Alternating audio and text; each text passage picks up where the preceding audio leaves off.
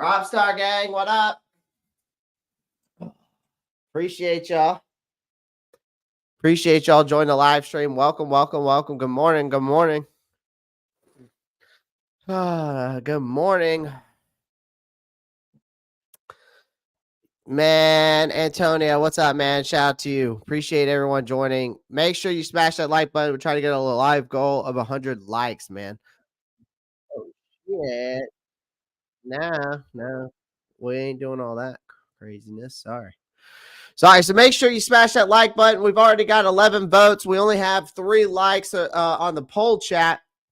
Because we're going to talk about that poll chat today as well. Like, we're going to talk about that poll chat. Make sure you do me a favor. Smash the like button. I greatly appreciate it. That's all I ask. All right. I don't ask for your money because I don't really care. If you want to be generous and you want to donate to the channel, that's fine. Super chats are welcome. Venmo, Cash Apps are welcome as well. But that's only if you're feeling generous. I don't want your money. I just want your subscribe, your follows, your and your likes. As the thumb up button came up on, how did I do that? How do I do that? I guess Apple has like these crazy ones that you can like. I think it's like you have to do both of these. Yep, and it does like this light show. There's like different symbols. I think peace might mean something. I don't know. Oh, there goes confetti. Okay. And is this how you do thumbs up? Oh, that's fireworks. All right. See, I learn new shit as I'm on my live stream. This is crazy. Appreciate y'all guys, man. Let's get into the chat. See who's here. See who's in. Antonio, shout out to you. Appreciate you. He says, what up, Clay? Like, subscribe, share the stream. He already knows. He goes, we're doomed. Tepper will not let Dave bench Bryce Young. And what did I tell you? Antonio, what did I tell you? The narrative will be if he benches Bryce Young, David Tepper's not involved, and that means Canales has full access, full everything. It's all on him. But if he doesn't bench Bryce, there is going to be that narrative that, you know, Tepper's involved. I don't care whatever happens either way to me because it's not going to make a difference at this point, ladies and gentlemen. You bench Bryce and you basically are, here's the thing. If you do bench Bryce, Antonio, you're basically telling the kid this is done. You tried. We're going to move on from you next season. That's what's going to happen. But either way, we're going to be a top 10 pick. Probably top 5. The way that it's looking after that week 1 game. And again, guys, it's only week 1. We could be overreacting for all I know. Who knows? Maybe they got some magic up their sleeve. Maybe they got some magic potion. Maybe they got Michael Jordan secret stuff. I don't know. But I'm not holding my breath. I digress on that. But we're going to talk about David Tepper. And then we're going to talk about Ejiro Evero. I don't feel like I've been giving him enough fire. But all these conspiracy theories now between benching or not benching Bryce, it's like, is David Tepper involved? Is he not? Does Dave Canales have full reins? Does he not? What's next? Like, and here's the thing. I saw an article today. It was on Sports Illustrated, and it was talking about guys that we could target in for a trade. And they named 4 quarterbacks in this article, ladies and gentlemen. They named Sam Howell, Drew Lock, Dobbs, and there was somebody else that they mentioned in that we could go after. Oh, and there's balloons. Good Lord. There's another one. I have to look at it. We'll have to pull it up. We might have to pull it up and talk about that because they're talking about maybe bringing in a bridge guy. It was Sam Howell, Drew Lock, Mitch Trubisky, and Joshua Dobbs. That's who they were talking about bringing in possibly. What's up, Doug? It's kind of funny. Like, you want to say what's up to everyone, but Doug's name already has what's up in it. So it's like you're already saying what's up. It's kind of funny. Another closer to game day Sunday is going not just for Bryce, but coaches as well. Yep. And guys, make sure you tune in tomorrow night, Friday night. I am going to be live with the Chargers, with the guy who is a Chargers fan on the NFC, or who's on the Roundtable Sports, part of Roundtable Sports. So make sure y'all guys tune in tomorrow. We're going to be breaking down the Chargers and Panthers game. Marcos Cash, what's up, man? Tepper and Dave already having meetings week 1. Doug, did you see it coming? Did you see it coming? I'm not surprised. Lomax coming in. Lomax always comes in with the $2 dono. I greatly appreciate that, man. I really do. Let's see if we can get another one. That would be great. Let's see if we can get another one. Another one. It's not working. It's not working. Another one. There it goes. Let's see if we can get another one. Appreciate it. Dropping the $2.99 dono. Shout out. Lomax is in the chat. Put Lomax, W Lomax in the chat. W Lomax in the chat. Shout out to him again for the $2. Appreciate you, Lomax. Lomax has been my dog lately. Antonio, what's up? All facts, Clay. I'm trying, man. Try to speak the truth here. I heard little bitch Bryce. Oh man. Taylor Heineke, what's up? Show low, man, says Tyler Heineke. Listen, man, at this point, I'd take freaking Gardner Minshew or freaking Aiden O'Connell over at the over in Las Vegas. I mean, in any of those guys that the Sports Illustrated mentioned, Sam Howell, I would take a chance at. He at least can throw for over 300 yards. Joshua Dobbs, Drew Lock, Mitch Trubisky. Yeah, I would take any of those guys over Bryce Young right now. I told y'all I'd take Andy Dalton. But none of these guys are going to be game changers, folks. None of these guys are going to lead us to the promised land. None of these guys are going to take us to the playoffs. None of these guys are going to win us the NFC South. Now, unless Dobbs can somehow find that magic that he had last year, if he came here, if Dobbs could find some of that magic he had last year, we might have to have a conversation if we went after a guy like Dobbs. You know, could Canales make Mitch Trubisky look like a first-round pick again? I don't know. Drew Lock, he's a bridge guy. Sam Howell, he didn't look bad for Washington. And he had a terrible offensive line. He actually got sacked more than Bryce Young did last year. We might have to break these guys down, bro. We might have to break down that article because this is kind of an interesting article, I think. That's a very, very interesting article. You know what I mean? Like, I think it's a great one. I think it's a very good article. It's something that we definitely need to talk about. We could even go look at these guys. You know, who knows? Maybe they might be looking to bring in another quarterback. They've made enough room. If they make enough room, I mean, again, of course, there is more to that because of the cap space and stuff like that. But it's a still interesting article we could take a look over at, right?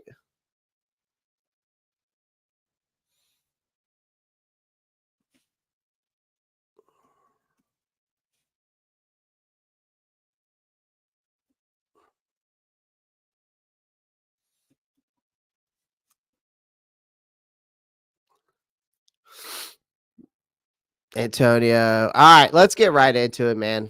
Let's just get right into it, bro. Let's not sugarcoat shit, bro. Let's not sugarcoat shit. All right. I'm not going to sugarcoat anything today. All right.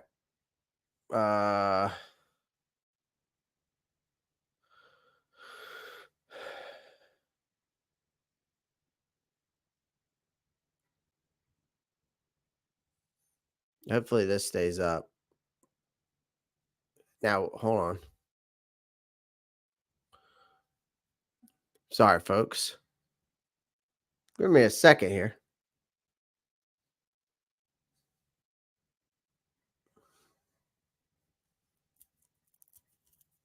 There we go. All right, let's pull this up. Let's just talk about, let's just get it out the way, folks. Let's just go ahead and get this out the way, man. Like, let's just not, we're not going to sugarcoat shit with this. We're not going to sugarcoat anything today. I'm not going to sugarcoat anything today. I'm not. I just can't. Not with this gentleman. I can't do it. I can't sugarcoat this shit with you guys with David Tepper. I've had enough. Honestly, ladies and gentlemen. I've had enough of this man already, because he's already met. I guarantee you, it's hard for me to believe that there was just a conversation between David Tepper and, of course, Dave Canales. Now, I'm willing to give Dave Canales a 3-year time to do this, all right? But it's time for some tough love here, Lemon Drop Head. Y'all know that's what his name is for me. He looks like a fucking lemon drop head. Go look it up. Go look what lemon drops are. You know the sour candy lemon drops? Go look them up. His head is the same fucking thing, right? Our Carolina Panthers are in shambles, and guess what? It's your fault. You've been meddling like an over-caffeinated toddler since buying this team since 2018. And what do we have to show for it?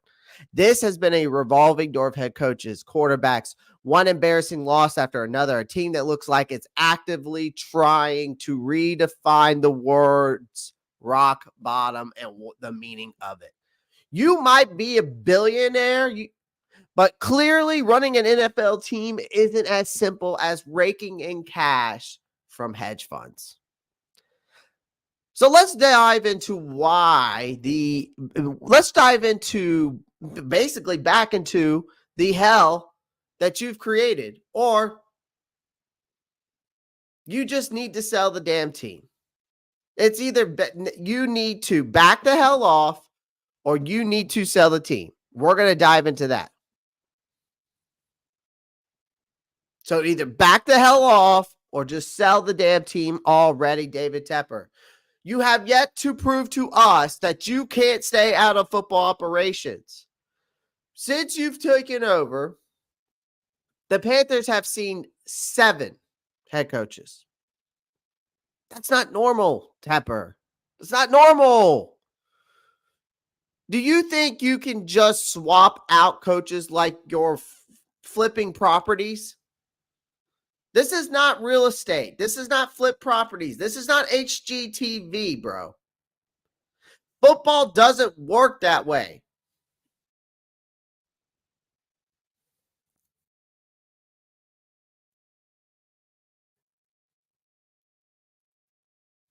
I do know that, Doug. But the problem is with that, Doug, is that you can't tell me otherwise that this man is not.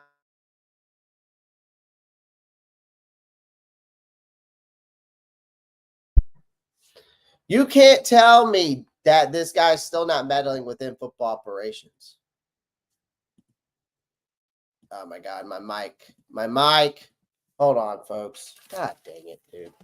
I hate this fucking mic. Oh, I see what happened. Oh.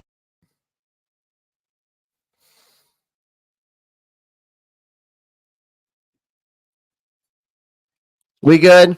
Mic check. Mic check. You hear me? All right, cool. I do know that, Doug, but you can't tell me this guy's not we can't not think that this guy's not meddling. There has not been enough proof to say that he's not meddling with the football operations, Doug. I do know that. I do know that he reports to Tepper and not Dan Morgan. It's in his contract. I know that. But why should he be doing that? It should be the other way around. He should be reporting to Dan Morgan and talk about how we can fix this team. What can we do to fix this team? I understand that, but that's not the way it's supposed to be, Doug. Frank Reich did say it best. You have owners that are very involved, and you got owners that are very just sit back and lay back.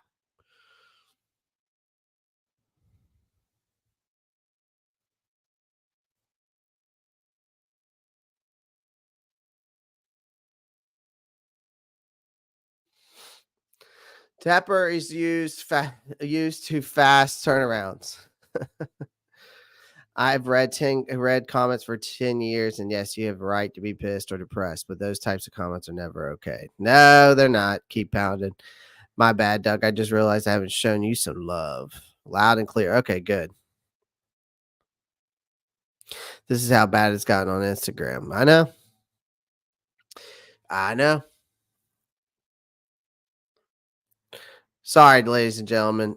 My mic, for some reason, decided just to disconnect. We're going to have to fix this. We're going to have to fix this wire when it did that. But so it is what it is. All right, let me get back to what I was saying now. Because since this guy's taken over, right, we've gone through 7 head coaches. 7. That is not normal, ladies and gentlemen. Do you think you can just swap out coaches like you flip properties? That's what I was saying earlier. This is not real estate. Football doesn't work that way. And right now, it's Dave Canales holding the hot seat. And after getting his ass handed to him by the New Orleans Saints, who, by the way, have had our number ever since Bryce has gotten here, because as soon as a team gets in Bryce's head, it's game over from the start. And it proved that in a 47-10 blowout.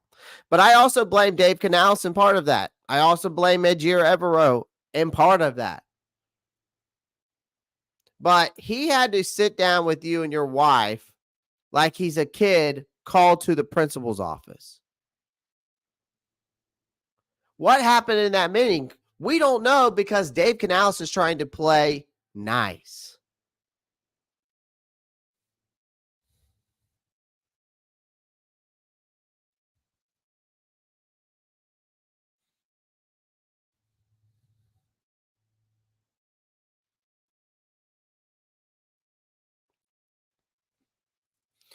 He kept the details under wraps. But let's be real. The guy's probably doing mental gymnastics to keep you happy while also trying to figure out how to turn this dumpster fire of a team around. Here's what he said. He said, these are people I want to make proud of what we are building. Sorry, Canales. This is what I think about those comments. Sorry, Canales, but what the hell are you building here? Because Tepper's entire time here has been about basically burning things down and not building them up. Let's face it, Tepper, you have the patience of a toddler in a candy store or a toy store. When you don't get your way first week or first game or anything at all, one bad game, and it looks like you've already thinking about hitting the reset button again. This brings us to the next big problem. Bryce Young is being basically sacrificed at the altar of this man's impatience. Yeah, I said it. Look, Bryce isn't the only problem. The problem is that you're not giving him or Canales any time to develop either. Like Bryce also started all of one game this season. Yeah, and it was ugly. Last year, you had Frank Reich come in who didn't want the kid in the first place. You also gave him a first-time offensive coordinator, and it went from Frank Reich making play calls to Thomas Brown, then back to Frank Reich, and it was just an absolute shit show. Absolute shit show, and there was no development there because You picked a head coach that wanted CJ Stroud and wasn't willing to change the playbook up to the quarterback that you drafted, wasn't willing to work on his footwork, wasn't willing to work on his development. And Frank Wright bit his nose off to spite his face, and that sealed his fate right there. But it didn't help anything to this kid at all. That's why I think this kid's cooked now at this point. And the only person I can blame at this point is the owner for hiring a GM it was incompetent of drafting and free agents and contracts in the front office that he had around him, but also the coaching staffs that you brought in as well. And now you're expecting a guy who was a first-time offensive coordinator last year and who is a young offensive-minded guy to somehow turn this kid around and try to fix the damage that's been done already.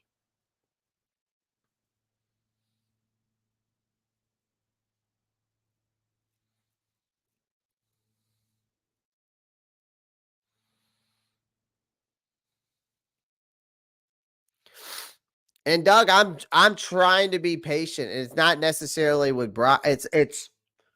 I'm patient with Dave Canales, but my patience with Bryce is wearing thin. But when do we stop giving patience to a kid that continues to go out there every single game and fold up like a fucking cheap tent? When do we stop giving patience, Doug?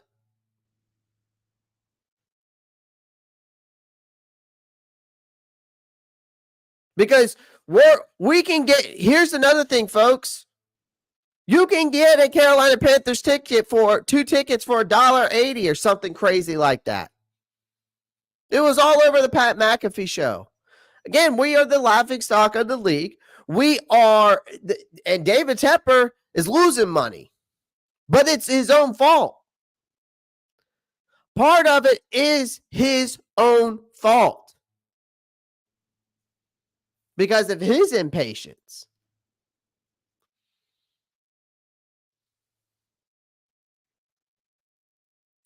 Lomax, you know me, and I appreciate that $5 donations because Lomax knows that I was pounding the table for it. Thank you for the $5 dono. I appreciate that. Yeah. Appreciate that, Lomax.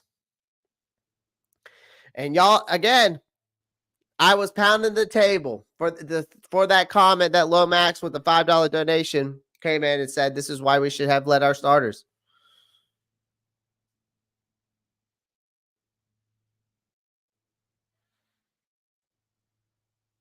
I agree with you, but the team, and listen, Doug, I don't disagree with that either. I'm blaming the whole team too, right?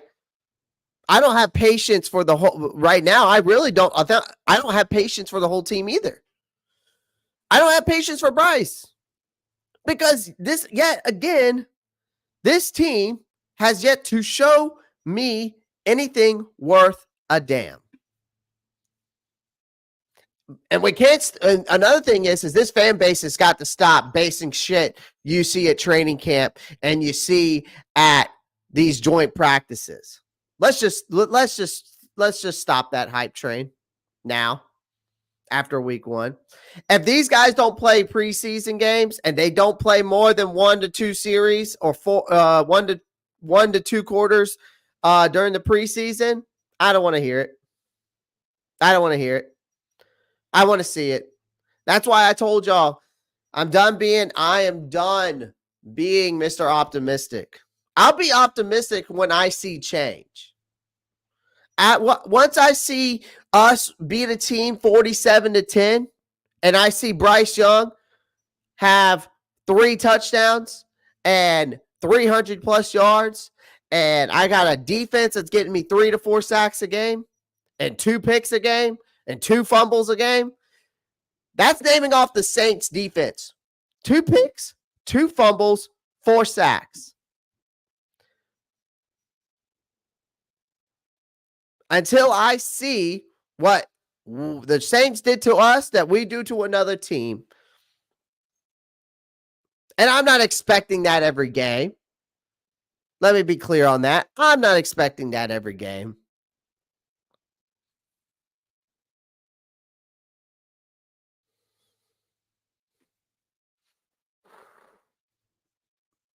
I'm just expecting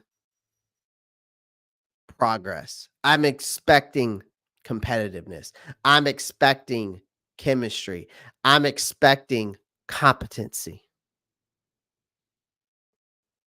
And I don't think that's too much to ask for when I predicted this team to win 6 games this year. Because, again, we're stuck in mediocrity. And it looks like it's even worse now to this point.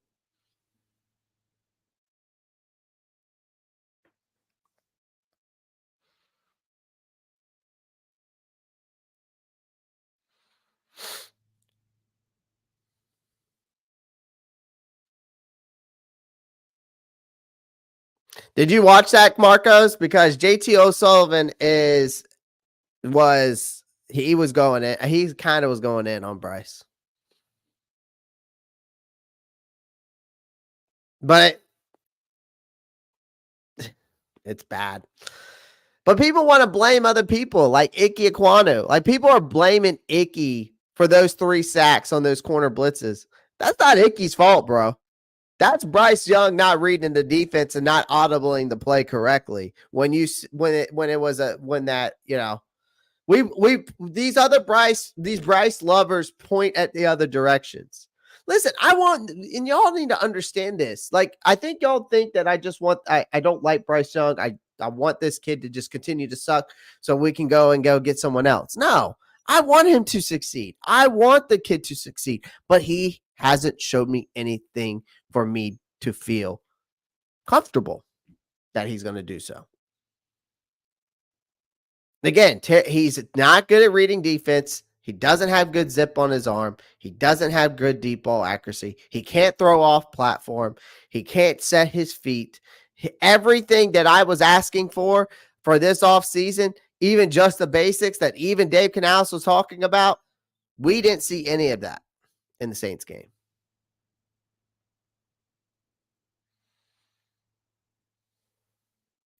Yeah, I think so too, Lomax. I think Trevin Wallace is better than Josie Jewell right now, folks. Ladies and gentlemen, Josie Jewell is not who we thought he was. And we've got guys out here saying that he is Luke Kuechly-esque. Holy smokes. Luke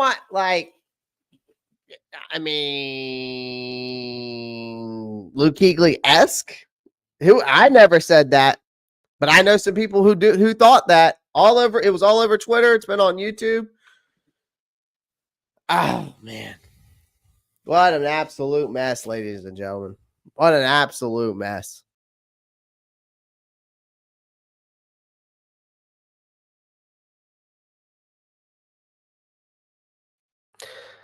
Oh, my goodness. Sorry, guys. I guess today is just not my day with technology. Nothing wants to work for me. Doug goes about joint practice tape. It really surprised. It goes, I was wrong about joint practice tape, but it really surprised how they came out. And you were there, Doug. You were there. You know what I mean? You were there. It just didn't work out the way you saw it. You know, you were just out there the way we saw it. Bryce, a clown. I think you meant, not a clone. The whole team played like trash. Offense, defense, special teams coaching. I'm done. I mean, listen, JSN, Icky wasn't bad. Like, people, can we please get a better? I need y'all to understand this. And if we need to go on the all 22, I will show y'all guys on the all 22 that Icky was not an issue. He only allowed 3 pressures, which is very good for him. Taylor Moton allowed 2. And the rest of the offensive line was great. Corbett was good. Lewis was the best offensive line.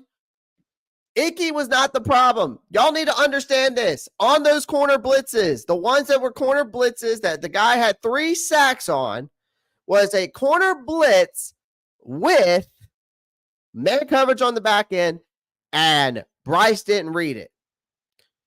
But our running backs have got to get better at chip blocking, and Bryce has got to get better at reading those. That's all it is. Yeah, I mean, that's not bad for Ike Ekwonu. We've seen worse from Ike Ekwonu, Marcos. So thank you for putting that stat line up for me. Again, on Sunday, I need something from both ends. Both ends. Yeah, on Sunday, pause. I said, but never mind. But yes, I understand what you're saying. We're going to have a huge problem. We are.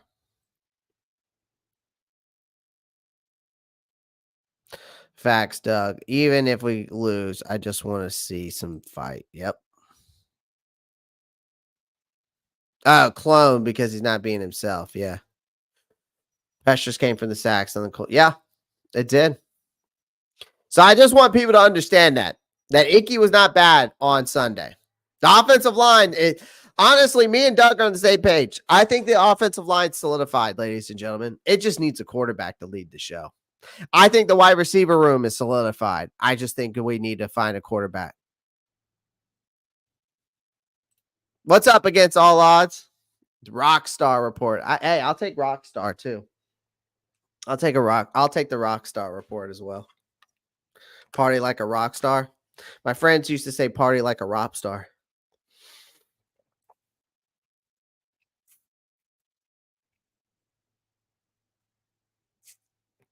Yeah, Doug, and I'm thirsty. Drink a gallon a day, folks. Drink a gallon a day. That's how I do it. Need a quarterback. I'd rather see Plummer what he has than to lose. I mean, what do we have to lose, right? So let me continue with David Tepper. Because here's another thing.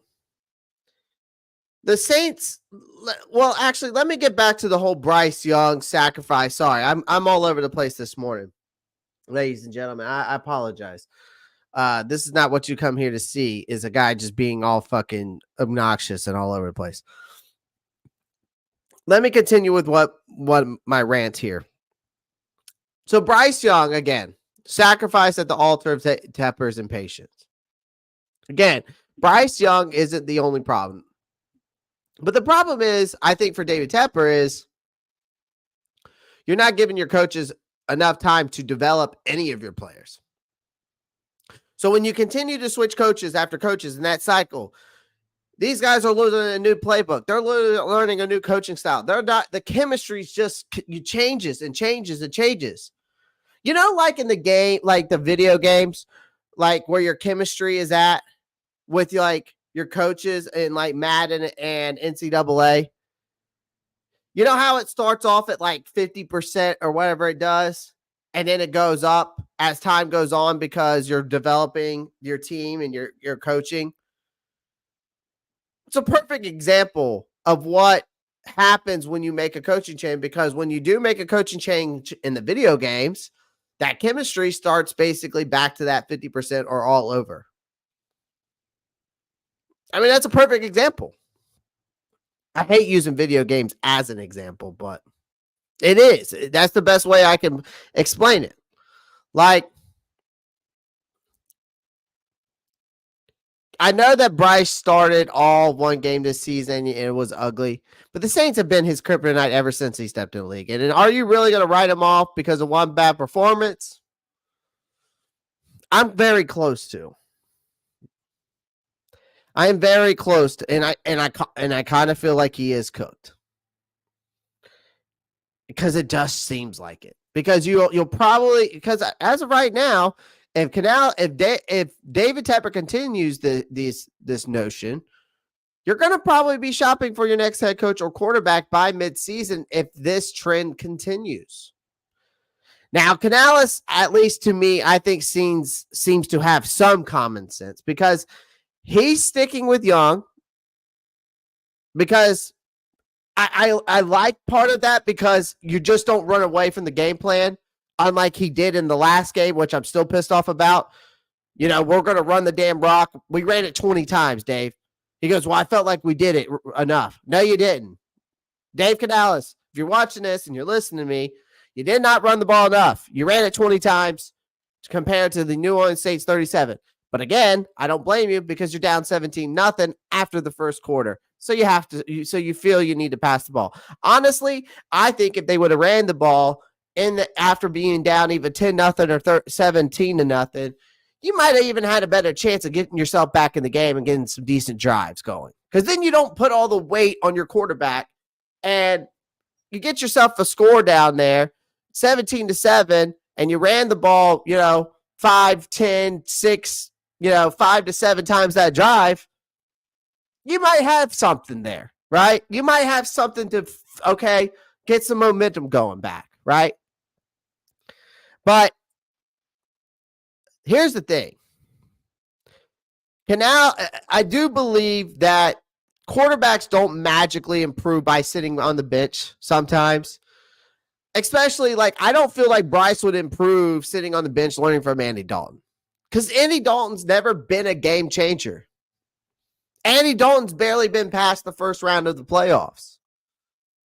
I think Young needs experience still, and part of me thinks that, but that means you have to put him out there and just let him fail.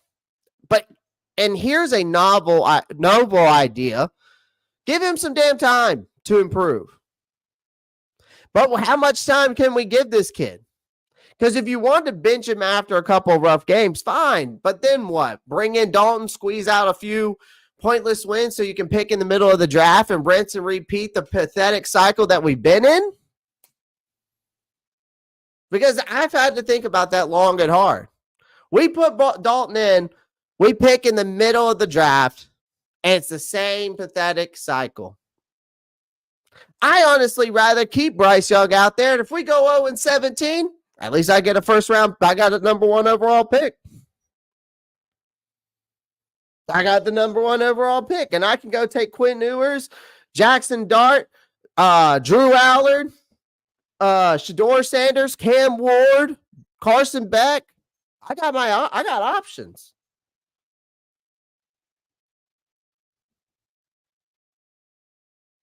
I got options. Hold on one second.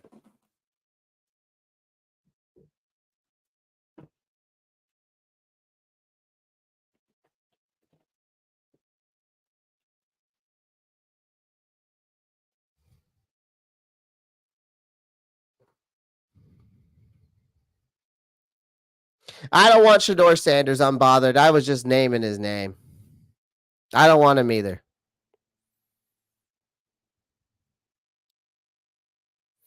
I don't want him either.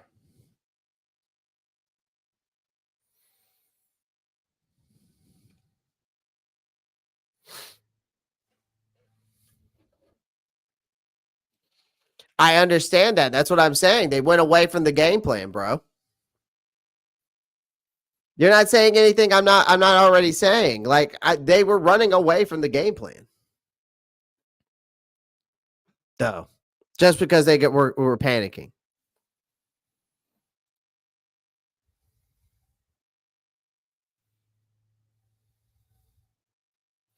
I'm bothered. Says QB9's fine, giving the young man time. Unbothered is appreciate you joining, man. By the way, appreciate you joining. Matthew Machado, what's up? Appreciate everyone in here. Yeah, T Green. I thought the play calling was good against the Saints. Problem was nobody was not executing the plays.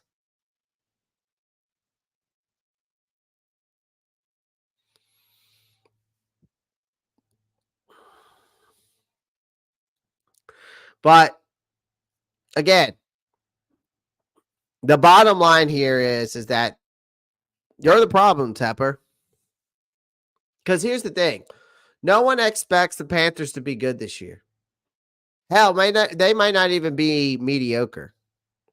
Because this roster is a mess, and the coaching staff is barely out of the honeymoon phase, and you set this franchise up to fail by expecting instant success.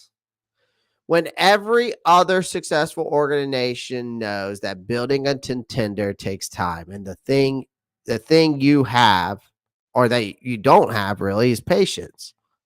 Right now, fans are already gearing up for just another year of misery and probably hoping we'll end up with the first overall pick.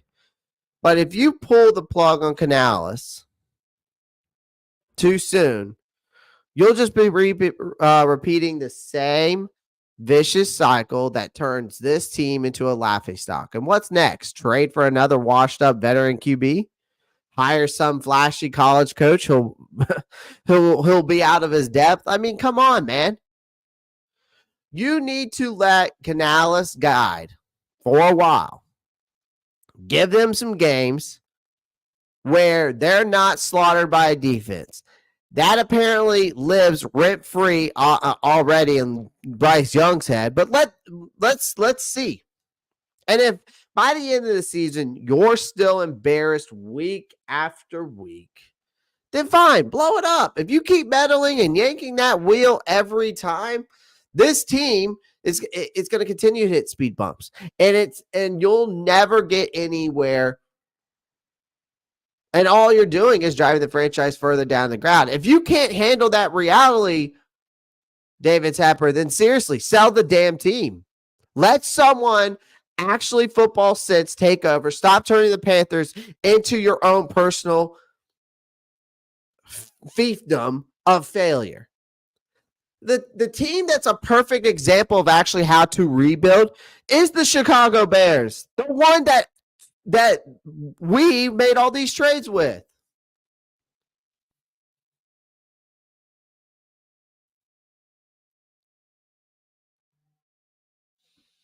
That we made all these trades with. Their owner has been patient with this new GM, and that new GM knows what he's doing over there. Now, we don't know if Caleb Williams is going to pan out, but because it didn't look too good in his first game, but that's his first game.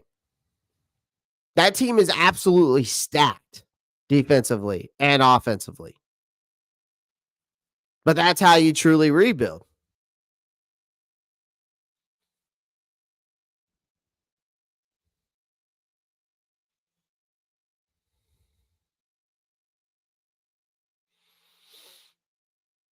Yeah, I'm bothered. I found your page. I'm a huge Panthers fan. I'm talking training camp, stalk the practices. Yeah, I've got, what's up, Doug's in the chat was at a lot of those training camps and practices. So, but those are practices, man. That doesn't mean just because it looks good in practice doesn't mean it's going to translate to the field. I can go to the driving range and practice all I want to, right? And I can get, but that doesn't mean it's going to translate to when I go play 18 holes. That it doesn't always happen. Sometimes it does. Sometimes I surprise myself. I'm a very good golfer, but there's days that I'll go out there and I feel like I need to go to the range, but then it doesn't translate to the course. I'm a 7 handicap. There's days I'll go out there and light it up, and there's days that I go out there and just don't. And that's the same thing with football. But just because I go practice and I hit the ball and I'm striping it on the range doesn't mean I'm going to go out to the course and do the same thing. Or go to a tournament and do the same thing. It's the same thing. Like you're not, practice is great. It definitely helps. But it doesn't mean it's always going to translate to the real time.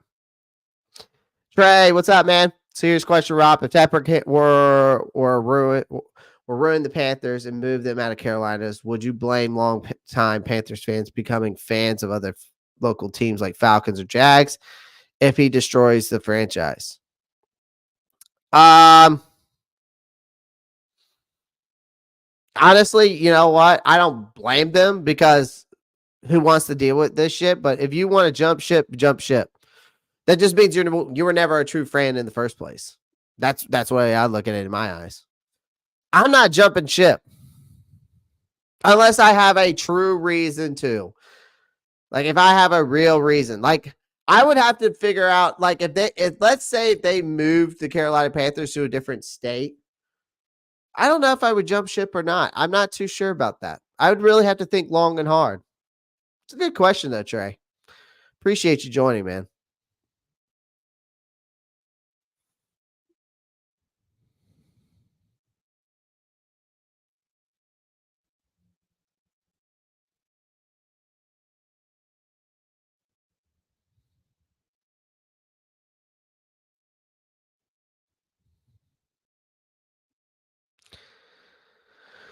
Wow.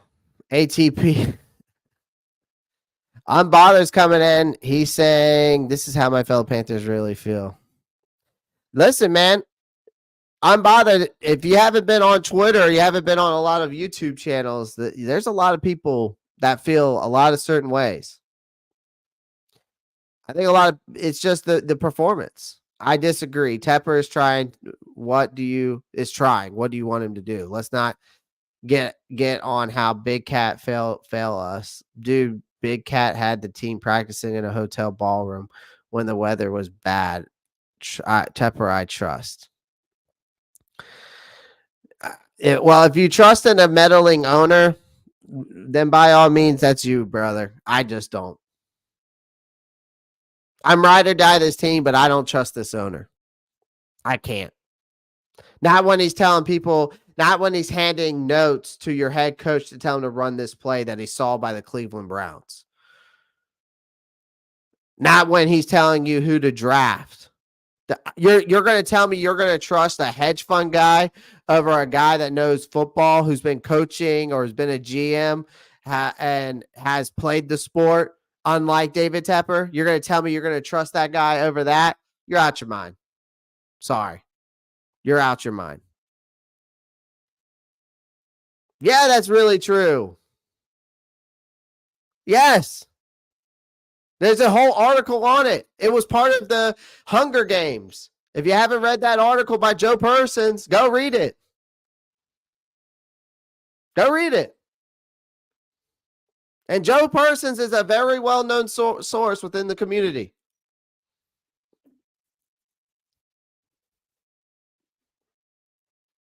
Yeah, I mean, just make it make sense to me. I don't understand how people would trust this guy. It just doesn't make sense.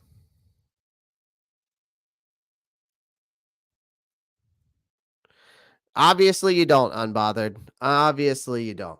Let's move on. Where there's smoke, there's fire. I have to give Evero some blame in this last game, folks. Even though I do like Evero as a head coach, I have to give him some blame in that game. You allowed 47 points, right? It's time to ditch that 3-4 defense back to the 4-3. All right. All right. Because this week one disaster wasn't just about Bryce Young's incompetence. Wasn't about the play calling by Dave Canales. It wasn't just about that. Like, Dave Canales' play calling was good, but I'm just mentioning that because there's some people that didn't like it. I thought it was good. But let's talk about the elephant room. Let's talk about defensive coordinator Ejiro Evero. He's skating. I think Evero has done a good job since he's gotten here. So don't get me wrong. All right. But last week, he also deserves some of the blame. We can't just point fingers at Bryce Young and just Dave Canales in that offense. We got to talk about that defense. Because it was a meltdown against the New Orleans Saints. And let's set the record straight. He deserves just as much heat as the rest of the team, right? This defensive catastrophe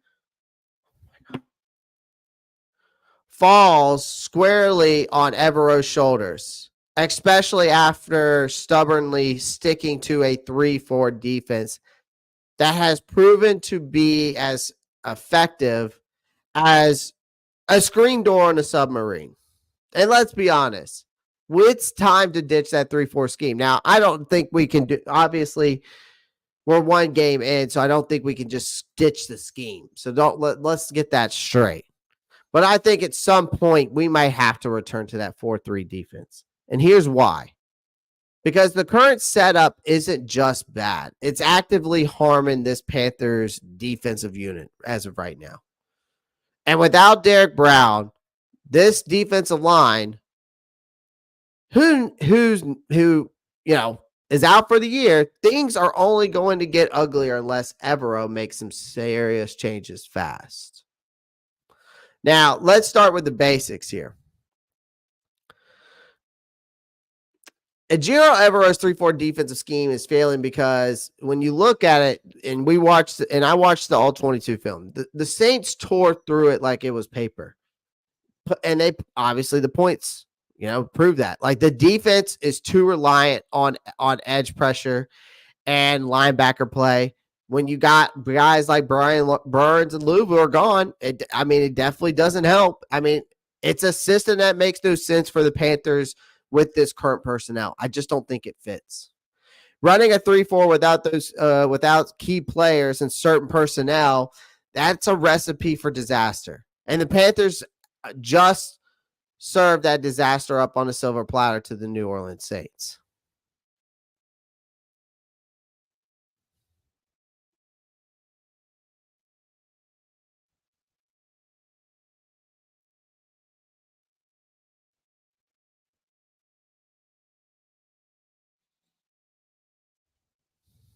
T Green says, I'm willing to quit my job to help this team. How many more games until we try a different quarterback, Clay? I don't know. It's probably going to be like week 6. I've heard people say week 10. We'll see.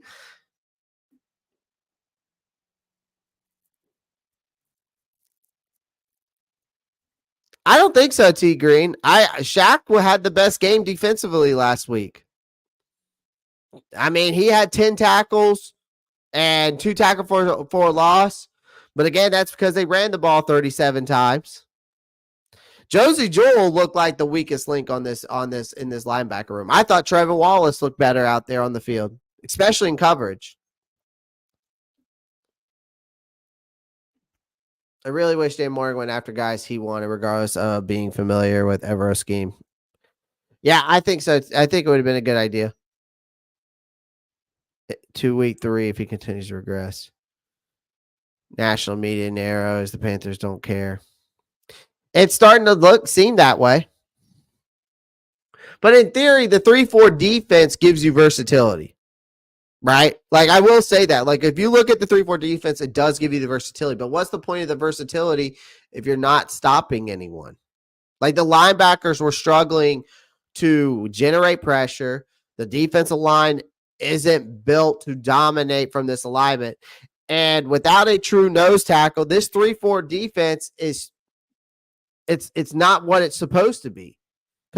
And also without a true pass rush outside linebacker or premier edge defender, that 3-4 scheme is just wasting talent. So why stick with a broken system? But the answer is simple. There's no good reason to. Now, unfortunately, I don't think we're going to be able to switch the defensive scheme after one game. And of course, just going into a new season just doesn't make sense. So I'm not saying that. But next year, I'd like them to move back to a 4-3, whether Evero's here or not. Because when you switch to a 4-3 at this point, it's the only solution because it's time to face the facts. We need to switch it because this scheme would immediately play to the strengths of the personnel that we already have on this roster. Right? You place more emphasis on the defensive line generating pressure, which is what exactly we have to do at this point. Right? And in a 4-3, you have 4 down linemen. Their primary job is to win at the line of scrimmage. This is a serious this is critical for 2 reasons. First off, it allows your defensive lineman to get into the backfield. And then you disrupt the opposing quarterback. It's something that was virtually not existent in week 1. And second, it simplifies the roles of the linebackers and allowing them to focus on coverage and run stopping instead of blitzing on nearly every play. Right? So that I think we need to move it back. Okay. Life without Derek Brown. Someone's going to have to step up though. Like, let's get to the ugly truth now. The anchor of this defensive line is out for the year. It's a massive blow to this team already. You're struggling to find your identity. Brown was the kind of player who could single-handedly disrupt an opponent's offensive line. And without him, the middle of this defense looked about as stable as a house of cards in a windstorm. And let me tell you something else. I was hoping that Derrick Brown would have remained healthy through the season because I thought this guy was going to have 8 to 10 sacks this year. But again, so who's going to step up in his absence? Well, I'm going to bring up a first name that comes to mind because of the familiarity of Mr. Evero. And we just brought him back. He was on the team last year. I'm not saying this guy's going to step up, but he's not bad, but he ain't great. He's not even close to Derrick Brown's level. So let's be honest. But they brought back Deshaun Williams. He is not a superstar. He's got something crucial on his side. Like I said, he's got familiarity with the scheme. He played over Evero last season with the Denver Broncos, or not last season, or he played with us here last season. What am I saying? So we know what to expect. But the problem is William is more of a depth piece than a game changer, right? While he'll be a steady presence, he's not that kind of player who can replicate Brown's impact in the trenches. Shy Tuttle's too small for, I need Shy Tuttle to step up, but he's too small to play nose tackle. Honestly. Shy Tuttle needs to be on the outside. He's just too small. He's not a true nose tackle. Nick Thurman looks better in Shy Tuttle's position. And I don't even think Nick Thurman's a better player technically than Shy Tuttle is, but he's proven to be a lot better at the nose tackle position than him. So if it's me,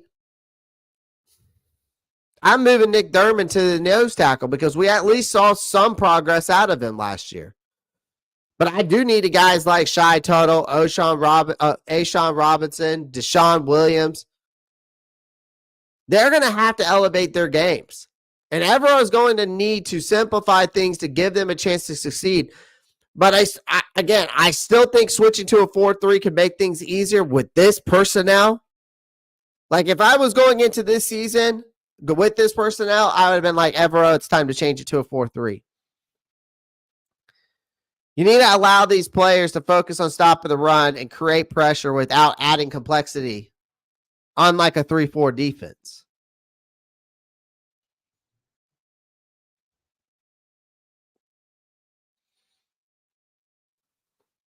I know it's too late.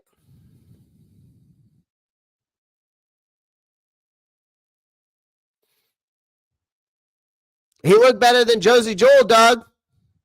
Don't tell me. I watched the game film, bro. He looked way better. Unbothered. We don't need David Tepper. I've never seen someone defend David Tepper in my life. Nobody in this freaking world wants David Tepper except maybe you, Unbothered. Which is beyond me.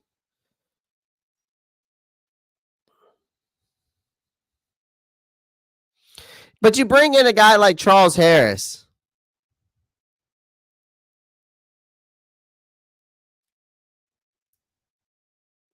We need a guy like Charles Harris to step up and create some pressure and help Clowney get some pressure. I don't know if Charles Harris is going to do it any good for us.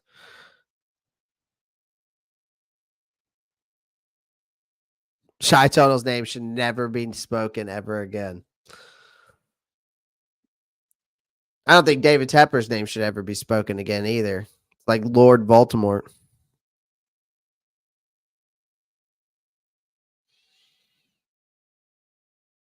Yep. And now and that's right, T Green. We're seeing why they got rid of Shy Tuttle, bro.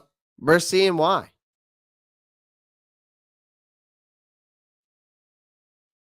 We're seeing why. But I got to hold Evero accountable because it's time. He's got to step up from this next game. Like, you're going up against a Chargers team with Justin Herbert, who really doesn't really have the biggest major offensive weapons. They got Hayden Hurst. They got Joshua Palmer. They got Quentin Johnson. And then they got J.K. Dobbins and Gus Edwards.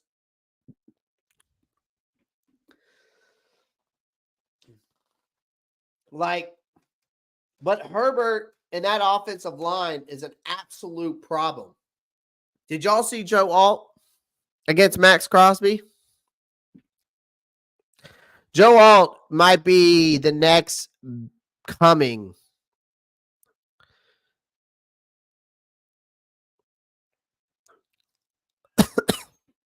Well, I knew Shaq looked bad in coverage. He's always looked bad in coverage. Never was a good coverage guy. Have y'all seen? Did y'all see Joe Alt against Max Crosby in that Raiders and Chargers game? Dude's a problem. Dude is a major problem. We can't keep acting like Evero, though, is immune to criticism here. Because, again, his defensive scheme is supposedly to hallmark of his coach's brilliance. He has not been an utter failure since he's been here. But that game was an utter failure.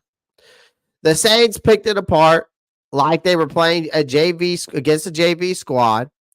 There were zero adjustments, and that's on Evero. Like, if the Panthers don't switch to a more sensible 4-3 defense and adapt to the personnel on hand, this season will quickly spiral out of control. Evero might have had success in Denver with that 3-4, but guess what? He had the players to run that system. I just don't think the Panthers do. And I think it's that simple. This isn't about a theory. This isn't about potential anymore. It's about cold, hard results. 3-4 is not working. And with Derek Brown out for the year, this clock is ticking to make a change before the entire season slips away. And the biggest issue, too, though, is we've never had a true nose tackle in this 3-4 defense. And you got to have a true nose tackle. It doesn't work. So let's not sugarcoat it. All right? Losing Derek Brown for the season is catastrophic. He was the centerpiece of our defense. And without him, the Panthers are going to struggle mightily in stopping the run. And they're going to collapse that pocket. But it's not all doom and gloom if Evero is willing to adapt. I'm not necessarily saying to switch to the 4-3 defense right now, but there has to be some adjustments enough to make the loss of Brown more manageable. Does that make sense? There has to be some adjustments that can at least make the loss of Derek Brown more manageable. Again, Deshaun Williams, Nick Thurman, LeBron Ray, Shai Tuttle, Ashawn Robinson. These guys aren't stars, but have the familiarity. They have the experience. They can step into this lineup and help and plug some of those holes. Add to that simplified scheme that allows this defensive line to focus on what they do best, and that's getting after the quarterback and plugging rug lanes. You got a chance to salvage something, and I know that this guy is smart enough to be able to do that.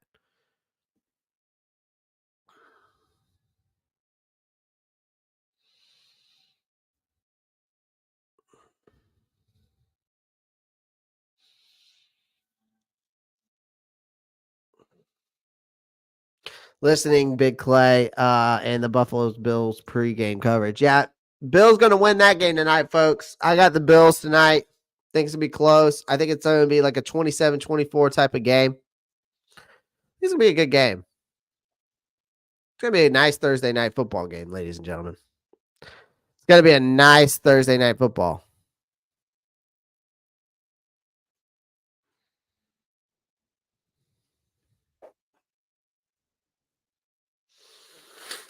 All right, let's move on. Let me move on to this final segment here.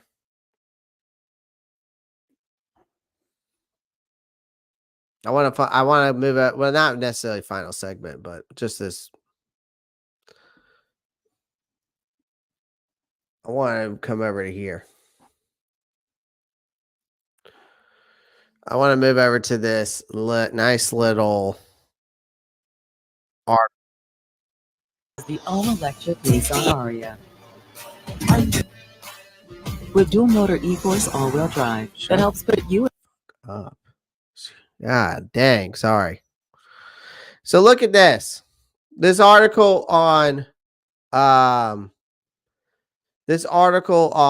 Sports Illustrated came out, said, should the Panthers look into outside options at quarterback, examining potential trade targets around the NFL? And the first thing they bring up is Sam Howell.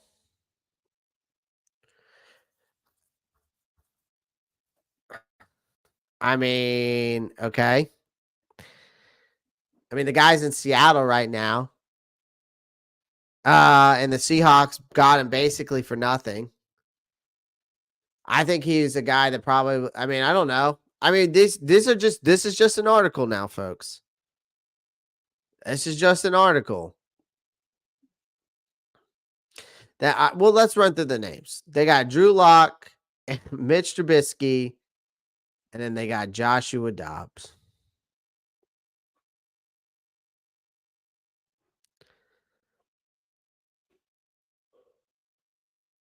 What do y'all think about that?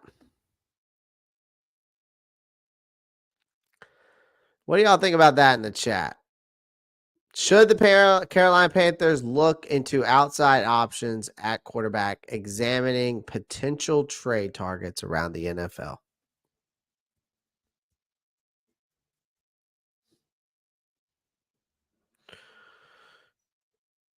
Let's see.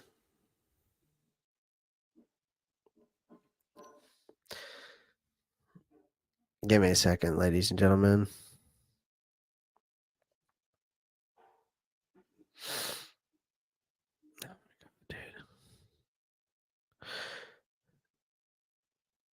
You got to look at everything. What do you mean, Josh? You got to look at everything. What are you talking about? Get this guy out of here.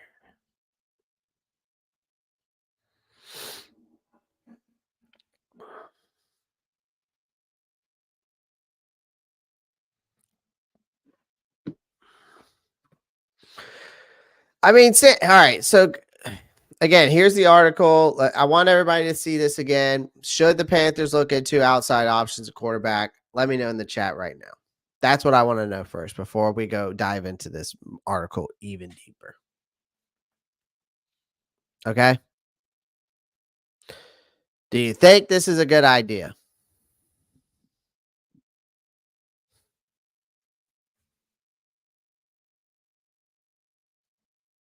You know, examining potential trade targets around the NFL. Do you think this is a good idea? That's the question. For those of you that are in the chat right now. Guys, do me a favor. Where are we at on likes? Where are we at on likes? We got 46 people watching. We got 46 people total watching. We're only at 27 likes. Make sure y'all smash that like button. We're trying to get up to 100 likes. That is a live goal every single day, whether you're watching on Twitch, Twitter, or YouTube. Do me a favor. Always come over to the channel on YouTube. That's the best way you can show your support. So come on over here to the Robstar Report, as you see below my name. Type that in. They'll take you right to the YouTube channel, and make sure you smash that like button, hit that subscribe button, or you can click the links in my bios. The link tree in my bio will also take you to the YouTube channel. Is Howell better than Andy? I don't know. Well, I'll dive into in that. Call up Brady. He can get us going. Brady's going to stick in the booth, man. I would look into it, but I'm not out yet. All right. So based off of this, let's go through this. They said, all right, and we'll pull up the PFF. We got Sam Howell, Drew Lock, Mitch Trubisky, and Joshua Dobbs. All right, let's pull up PFF. I'm gonna hop out of that. Dang. I'm gonna hop out of there. We're gonna go over to the PFF now. All right. And let's pull up Sam Howell.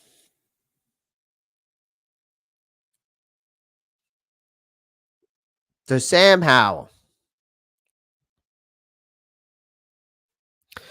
Bruh. Old Olympic Cam better than Bryce. I bring Cam back. I would love it. Oh, there we go. Martin became a member. Appreciate you, Martin. W is in the chat for Martin. Appreciate that. Appreciate that. I really appreciate that. Damn, son, where'd you find this? Nice. Love it. Shout out to Martin for becoming a new member. Shout out to Martin. W's in the chat for Martin C. Give it to him. Give it to him. Give it to him. Appreciate you, Martin. All right, let's get into this. So, here we go. So this is his stats last year, ladies and gentlemen. Again, also, remember last year, Sam Howell was also the most sacked quarterback in the NFL in Washington. And this guy almost threw for 4,000 yards, still had 21 touchdowns, but 21 interceptions. But again, the pressure was on this kid every single game. Right? All right. So, first off, right now, this kid's in Seattle. This kid is in Seattle right now. They basically got him for nothing. He's a guy that with some actual potential. He lit up the college world in North Carolina. 92 passing touchdowns in North Carolina. He had over 10,000 yards in 3 years there. After being left to rot onto the Washington Commanders, he finally, when he was benched in 2022, he finally started 17 games last season, and this was his performance. And it was more hit and miss, right? When you've got trash for that supporting cast, I mean, guys, what do you expect? Honestly, it's surprising. Now, again, Sam Howell had better wide receivers than Bryce did last year, but the offensive line was just about as bad. Like, this kid's got grit. He's got a strong arm. He's got flashes of talent. Like, a lot of people believe that Sam Howell mirrors Baker Mayfield. Yeah, the guy we dumped. So look how that turned out for him. Like, he's thriving again. Could he thrive under Dave Canales? Possibly. So why not grab Howell? See if Canales can work his magic, a second time, of course. Like, Seattle might not want to part ways with him, but let's be real. They're not exactly growing him to be a future franchise guy. Maybe they are with Geno Smith back there. All right. When I look at this next guy that they were having on that, they had on that Sports Illustrated, they said Drew Lock. Now, Drew Lock only played a few games last year. Didn't play any there. 2021 played a few games. 2020 played a few games. Obviously, a lot more games. 2019, 2018. Yeah, so he wasn't here yet. Looks like the best year he had was 2020, which he wasn't very good. But last year, this was him. I think he was in Seattle last year, right? Before he became to the Giants this year, if I'm not mistaken. Yeah, I think so. But this guy is this is the guy that what you would call the ultimate, like, what if, like, in Drew Lock. Like, Lock's career is basically a walking meme at this point. But let's not forget, the kid has a cannon, right, for an arm. Like, if he spent some time under Canales back in Seattle, like, now Lock's wasting away in New York behind Daniel Jones. I think maybe Drew Lock might be better than Daniel Jones at this point. Who, we know that Daniel Jones is so inconsistent, it's painful to watch, but we also have our own problems here in Carolina, and it's painful to watch. So if the Giants finally bench Jones, Lock might get his shot. He could swoop in before that happens. Sure, Lock's never been a big top tier quarterback, but could he be better than Young right now? Some of you are probably saying, hell yeah. Some of you guys are like, no. Some of you guys are like, don't bring anybody in here because we just believe in Bryce Young and give him some time. Okay, fair. But we're just going over what the article we just saw. All right. So this guy led that Seahawks team to an insane win over the Eagles last year when Geno Smith got hurt. So if the Panthers could pry him away from the Giants, he might just be able to salvage out this season. Who knows? Or at least make it less miserable for us. This next guy, another UNC product. Mitch Trubisky, North Carolina's very own. Trying to see what his best season was. It looks like his best season was 2018. Let's see, 2018. Yeah, it looks like 2018.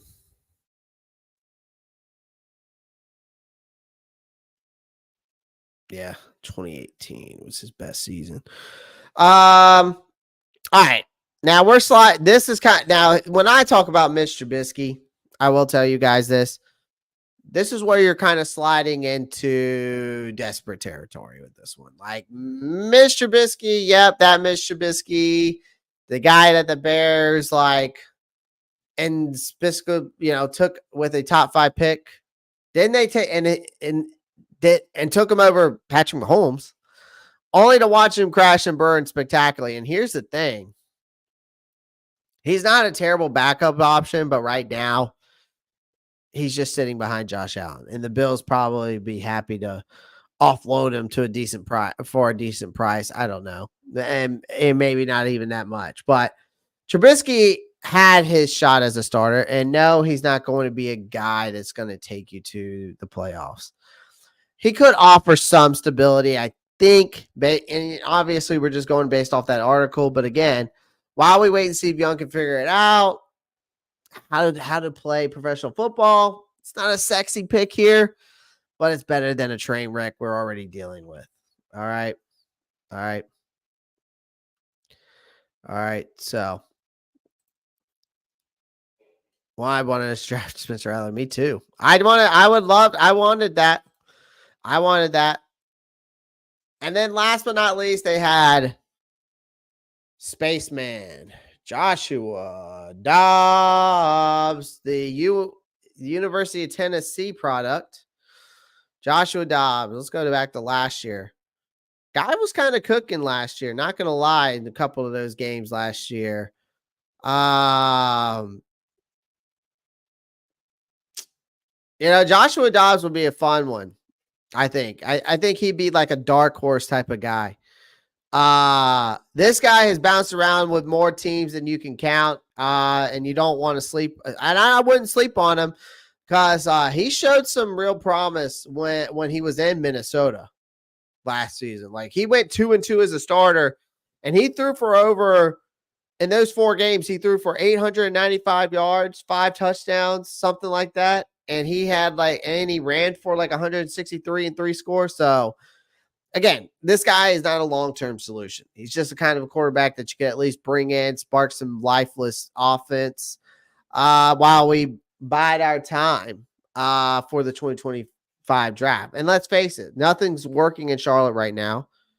Dobbs could be the guy to at least make things interesting while we're trying to stop the bleeding. Basically, what that article was saying, and the bottom line is that even with these 4 guys, ladies and gentlemen, even with these 4 guys,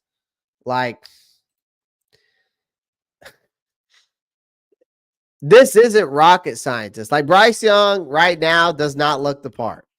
And I know you fans are tired of watching this. And this team, with the circle, this team circled the drain.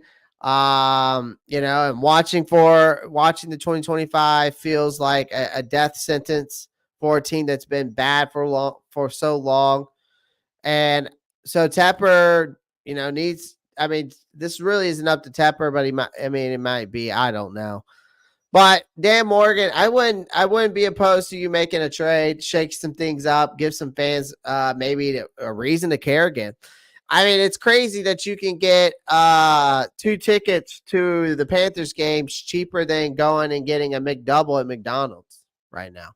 Like, any of these guys could offer more than what we're getting out of Young right now. But I'm trying not to give up on Young just yet. I'm trying to, but I just, it's very hard for me not to believe. Is this a long shot that they go after any of these guys? I think so, because we're already in hell. So what do we got to lose? And if they went for after any of these 4 guys, for me, I think you take a chance on Sam Howell. He's younger. Who knows?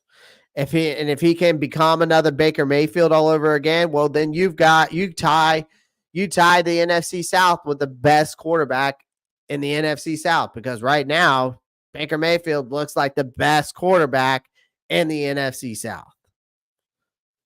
And we're going to see that on Monday night too, because here's another thing. Kirk Cousins doesn't look like he's fully healthy. I don't think that Achilles heel has fully healed. And another thing, he does not shine in primetime games. He folds in those primetime games. So Monday Night Football, be on the watch out. We'll look out for Kirk Cousins to fold up like a cheap tent all over again.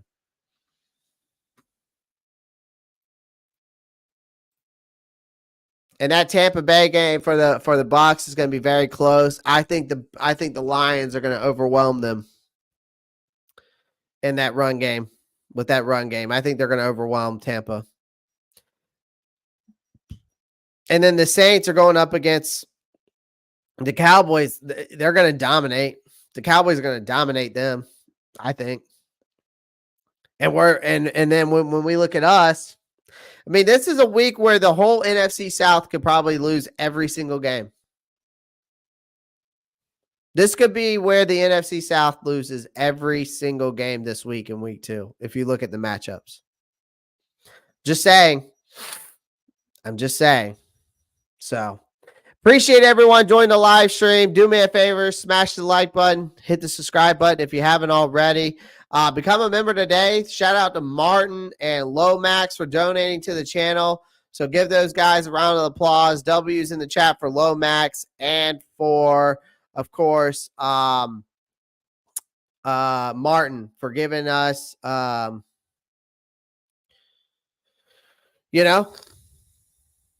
out to those guys. Shout out to those guys for donating to the channel. Appreciate that.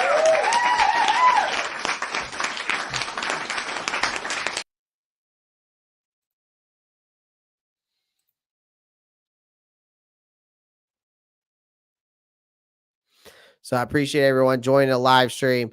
Again, so make sure you do me a favor, smash the like button, hit the subscribe button. I'll be live again tomorrow. We're going to break down the whole Chargers game. I've got a Chargers content creator coming on. So me and him are going to be talking ball between the Panthers and the Chargers in this week 2 matchup. So appreciate everyone. Love you guys. As always, 3 things. Have fun. Be safe. And, of course, as always, keep pounding. I'm out of here. Peace.